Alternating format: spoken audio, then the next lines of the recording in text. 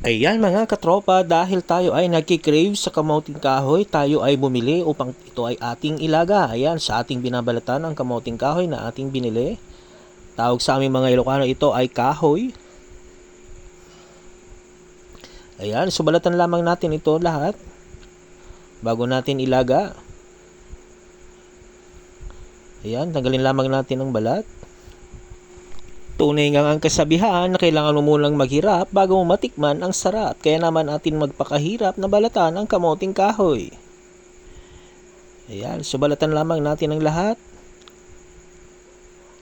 Salamat pala sa pamangkin ko na nagvi-video sa akin habang ako ay nagbabalat. At yan na nga, nabalatan na natin ang lahat at ito ay atin lang putol-putulin ng maliliit at atin lang ilalaga. At andyan pa rin ang aking pamangkin na taga-video na tuwang-tuwa naman habang ako ay kinukuhanan ng video habang pinuputol ang kamuting kahoy.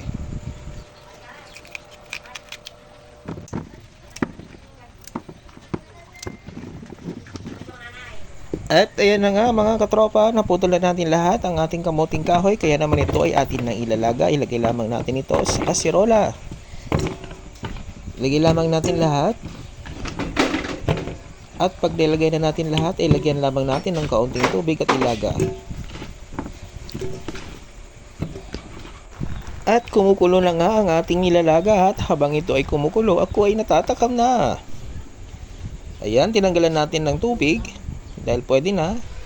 At lalagyan natin ng Coco Mama upang maging masarap ang ating nilagang kamoting kahoy. Masarap kasi ito kapag merong gata. At dahil walang nyog, kaya naman ito na lamang ang ating binili, ang nakapak na Coco Mama.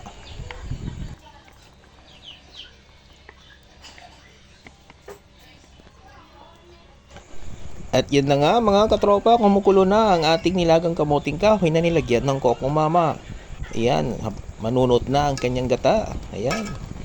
At habang naamoy ko ang kanyang usok ay talagang ako'y natatakam na dahil matagal lang hindi ako nakatikim ng kamuting kahoy. Kaya naman nung ako'y merong nakita online na nag-post na nagtitinda ng kamuting kahoy, agad kong nag-order dahil gusto kong itong matikman.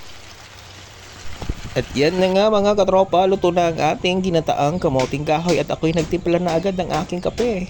Lalo ngayong hapong maulan-ulan, kaya naman tara na at sabayan niyo akong magmerienda ng kamuting kahoy na merong kasamang kape. Ayan, sarap ng kape.